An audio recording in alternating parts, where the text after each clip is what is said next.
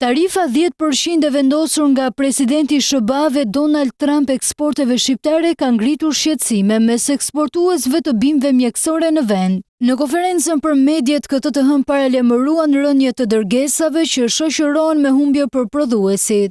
Vendosja e kësaj tarife në parim duket si një goditje dytë që jepet industrisë tonë. Fermerët, siç e dini, që një pjesë e tyre tashmë nga problematika që nuk po ndalen për t'i përmend, si kemi thënë disa herë, ju ka ngel malli stok dhe kanë probleme me kostot e larta.